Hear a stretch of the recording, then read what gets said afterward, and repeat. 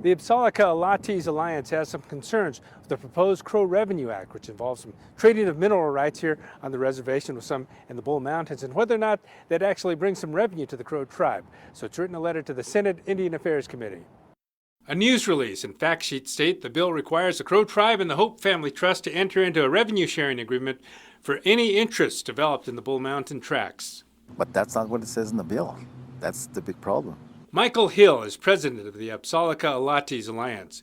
He says the bill does not actually state the revenue sharing would be for development in the Bull Mountains, but rather for mineral interests developed on the Hope Family tracts on the reservation. We don't know when they're going to mine coal over there, if they will or not. Here's what is being proposed. If approved, the bill would transfer about 4,500 acres of federal mineral rights in Musselshell County to the Hope Family Trust. In exchange, the Hope family, which currently owns more than 4,600 acres of private inholdings and mineral rights on the Crow Reservation, would transfer its mineral rights to the Crow tribe. The Alliance sent a letter to the Senate Indian Affairs Committee stating its issues. We asked Senator Daines, the main sponsor of the bill, for a comment on that letter, and while he did not address any specific concerns from the Absaalooke Allottees Alliance, he sent this statement.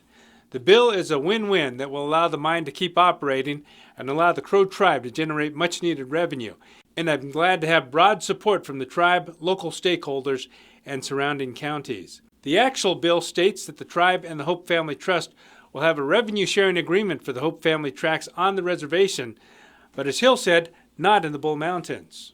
It's really sad that it's not even mentioned in the bill. Most of the Crows aren't even aware of what they're doing. And that's what the Alliance hopes to change and inform Crow tribal members of the bill. The Alliance also states that the Crow Constitution requires a major decision, such as agreeing to this bill, to go to the Crow General Council, made up of any tribal member at least 18 years old. Something of this magnitude should go to the tribal council for referendum vote. We contacted Crow Tribal Chair Frank Whiteclay and have not yet received a response. Everybody's going to look at it and say, oh, they're trying to help the Crows. But in reality, it's just nothing's there. On the Crow Reservation, David J., MTN News.